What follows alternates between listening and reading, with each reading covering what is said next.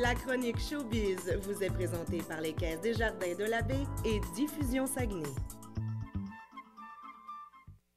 On est de retour en compagnie de la rayonnante Caroline Plouffe. Comment ça va aujourd'hui? Hey, ça va bien, bonne année. Bonne année, bonne année. T'as passé un beau temps des fêtes? Vraiment super. Puis là, aujourd'hui, là, t'en fais pas, je veux pas te faire des exercices sur des tapis. Ben, je suis plus capable, j'ai le cœur qui est dans ça.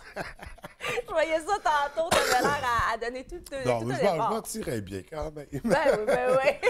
Caroline, ça commence tranquillement la programmation. On est au mois de janvier, on le sait. C'est un peu plus tranquille, mais au fil du temps, on va avoir de plus en plus de spectacles. Mais on a quand même des choses très intéressantes à présenter pour cette semaine.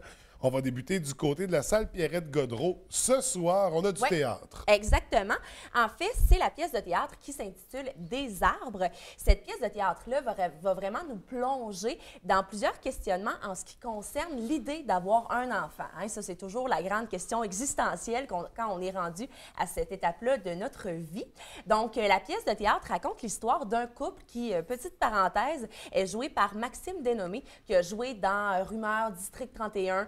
Il a joué dans Virginie, donc c'est à peu près sûr que ça a un visage connu. Oui, tu as dit quelque chose, c'est à peu près sûr.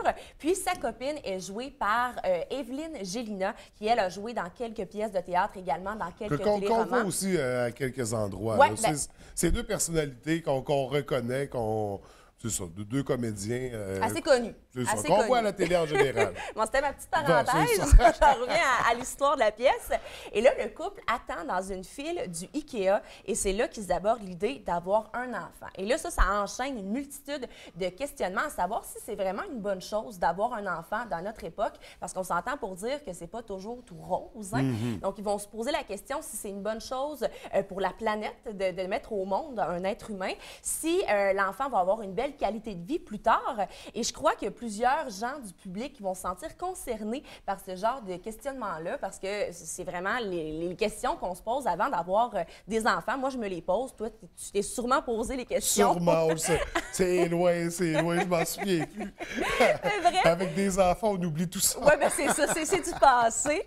Et là, la pièce de théâtre a l'air lourde, mais ne vous en faites pas, c'est vraiment très comique comme pièce. Ouais. J'ai lu que c'était très, très bien écrit, donc ça va vous faire réfléchir tout en vous faisant sourire, le meilleur des deux mondes qui vous attend. Donc, une belle petite sortie à la salle Pierrette-Godreau ce soir, la pièce Des arbres. Oui. On va y aller avec, en fait, le reste de la semaine va être en humour. Ouais. Deux grands humoristes, je dirais même dans une espèce de même créneau, des humoristes engagés qui collaborent souvent ensemble. On va débuter au Théâtre Banque Nationale demain, jeudi. Guy Nantel avec son spectacle qui a fait couler beaucoup d'encre à l'automne dernier. Oh ouais, en fait, c'est son 5e spectacle en 30 ans de carrière quand même, qui s'intitule Nos droits et libertés. Donc, comme tu t'en doutes, François, c'est vraiment un spectacle qui va aborder tout plein de sujets qui tournent autour de l'actualité. Entre autres, on va parler de harcèlement, de liberté d'expression également. Donc, on va vraiment parler de sujets qui ont brassé le Québec, si je peux dire. Et il va aborder le sujet de l'affaire Salvaille, également Gilbert Rozon, on ne pouvait pas passer à côté de ça. Il va aussi parler de religion, de politique. Bref, ça va vraiment être un spectacle sans aucun tabou. Et j'ai comme l'impression qu'au retour à la maison, ça va alimenter certaines discussions, voire peut-être même créer des débats. Donc, ça va vous faire réfléchir. Oui, parce qu'il aborde vraiment des sujets délicats. D'ailleurs, on l'a vu par les réactions de ses premières représentations. Mais un spectacle, je suis convaincu qu'il est à voir. Les critiques... En tout cas, ceux qui ont vu le spectacle et qui le critiquent disent que c'est bon. Ouais. Donc, ça sera à découvrir. C'est demain au Théâtre Banque Nationale. Et toujours dans l'humour, je disais, ces deux humoristes qui travaillent étroitement ensemble du côté de la baie au Vieux Théâtre samedi. C'est Jean-François Mercier, alias, là, c'est le gros cave. Oui, mais ça, il y a moins ça qu'on l'appelle comme ça ces temps-ci. Je sais, oui. S'il nous écoute, on s'excuse. Non, il est brillant, il est pas Il va nous présenter son 2e spectacle qui s'intitule Mercier subtil, sensible, touchant. Et là, je tiens à souligner que la mise en scène a été faite par Guy Jodoin et François Havard. On se rappelle que son premier spectacle solo qui s'appelait Gracieusement, le show du gros cave, avait vraiment eu un bon succès. En fait, il avait vendu environ 120 000 billets. Donc, c'est pas rien. C'est vraiment avec ce spectacle-là qu'il s'est fait connaître. Et là, depuis 2014, il parcourt le Québec pour présenter ce spectacle-là qui est assez différent du premier, juste par le titre, on s'en doute. Et pour l'écriture de ce spectacle-là, ben, ça n'a pas toujours été évident parce que l'humoriste avait assez des attentes hautes. Après avoir eu un grand succès avec son premier, ben là, il s'attendait à avoir le même succès, sinon plus. Donc, il y avait un souci de performance de ce côté-là, mais c'est toujours une bonne chose d'avoir ce genre de souci-là parce que d'habitude, ça amène de bons résultats. Mais bon, ce sera à vous d'en juger durant la soirée.